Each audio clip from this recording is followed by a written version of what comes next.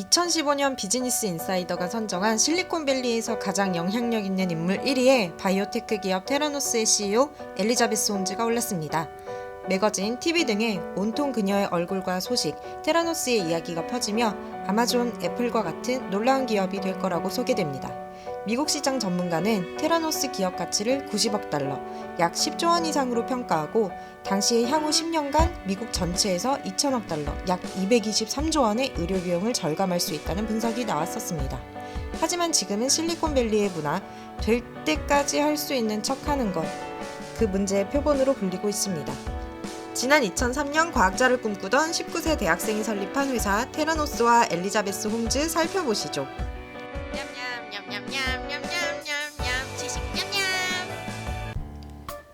엘리자베스 홈즈는 스탠퍼드를 중퇴하고 회사를 설립합니다.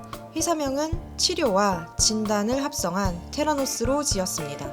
그녀의 목표는 명확했습니다. 피 뽑는데 아프거나 무섭지 않아야 하고 누구나 집에서 손쉽게 질병을 체크할 수 있어야 합니다.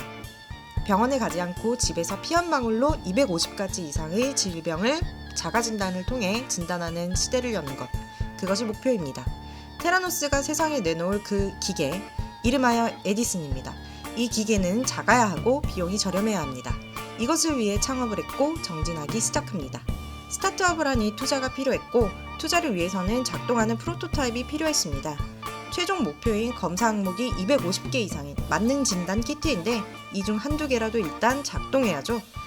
투자 라운드를 돌다가 한 VC를 설득했고 노바티스와 미팅을 잡아줄 테니 프로토타입을 시연하고 오라고 합니다. 통과하면 투자하겠다고. 하지만 에디슨은 아직 제대로 작동하지 않습니다. 100번, 1000번 중에 한 번이야 작동할지도 모르지만 시연회에서 제대로 될 가능성은 없어 보입니다. 그래서 여기에서 이전에 기록된 과거의 데이터를 실시간 테스트하고 있는 것처럼 속여서 통과했고 이후 테라노스는 본격적인 투자의 시대를 맞이하며 투자금이 들어오기 시작합니다. 홈즈는 동료에게 원래 된 적 있잖아. 그리고 또 될 거잖아. 라는 말을 남깁니다. 그냥 오늘만 문제지 내일은 아닐 거야. 그러니 거짓은 아니야. 라고 합니다. 최종적으로 투자는 총 14억 달러, 1조 이상을 받게 됩니다. 하지만 시간이 지나고 아무리 노력하고 인재들을 불러서 노력해도 금방 될 것만 같던 기계는 오류투성이에 투자자들도 슬슬 보채고 의심의 눈초리를 보내기도 하며 결국 회의만이 나오기도 했습니다. 홈즈는 아직 완성되지 않은 기계로 회사의 이익을 창출해야 하는 상황에 놓였습니다.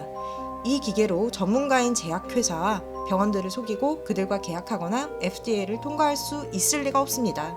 그러다 애플 매장을 보고 갑자기 떠올라 바로 제약회사나 병원들의 검증 없이 소비자한테 즉 바로 소매로 돈을 벌겠다고 결심을 합니다. 그리고 드럭스토어 업체 2위인 월그린과 계약을 합니다. 계약 과정에서도 기밀 문서라고 화이자 등 제약회사의 로고 등을 무단으로 사용하여 마치 관계가 있거나 검증받은 것처럼 속였고 누구든 검증하려 하면 보안 등의 이유로 빠져나갔습니다. 계약 후 3년이 더 지났지만 에디슨은 여전히 제대로 작동하지 않습니다.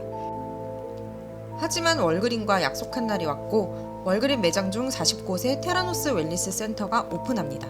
테라노스 센터에서는 실험실 온도, 습도의 영향을 받지 않고 훈련을 받지 않는 환자, 보호자가 손쉽게 이곳에서 에디슨을 사용할 수 있었습니다. 비용도 병원에서 검사받는 비용 대비 획기적으로 낮았죠. 테라노스가 단숨에 실리콘밸리의 핫스타가 되었고 건강의학의 패러다임이 바뀔 것으로 사람들은 열광했습니다. 홈즈는 의구심을 품은 의료계 사람들의 질문에 답을 하지 않았고 그저 에디슨에 적용한 극비 기술을 외부로 유출시킬 수 없다는 태도를 일관했으며 에디슨의 진단 기술을 증명한 실험 결과나 논문은 단 한 건도 발표하지 않았습니다. 테라노스는 규제의 빈틈을 교묘하게 노려 FDA의 검사도 거치지 않은 채 에디슨을 시장에 공개하였으며 실험 과정에서 발생한 문제점을 실험 결과 조작으로 덮고 넘어갔습니다. 더 놀라운 건 테라노스 웰니스 센터에도 당연히 제대로 된 기계는 없으니 대부분의 검사가 실제로 에디슨에서 이루어지지는 않았고 다른 용액을 섞어 피의 양을 증가시킨 뒤 지멘스 회사의 기계로 시행했다고 합니다. 그녀는 미 기업 역사상 가장 화려한 이사진을 꾸렸습니다. 국무부, 재무부, 노동부 장관을 역임한 조지 슐츠, 전 국방부 장관, 대통령 보좌관, 전 상원의원 등 홈즈가 난관에 부딪힐 때마다 뛰어난 인물들을 앞세워 난관으로부터 벗어나곤 했습니다. 처음부터 끝까지 만능 진단 키트는 없었습니다. 월스트리트 저널의 존 캐리루 기자가 취재하고 분석하여 밝혀냈고, 암 치료된 환자가 암이 재발한 줄 알았다든지 등의 사건들, HIV 양성 판정 오류가 계속 보고되었습니다. 결국 홈즈와 테라노스는 해내지 못했습니다. 아마 스타트업을 시작하고 얼마 지나지 않아서 불가능하다는 걸 알았지만 멈추지 못한 것일지도, 혹은 시간이 더 있었으면 해냈을까요?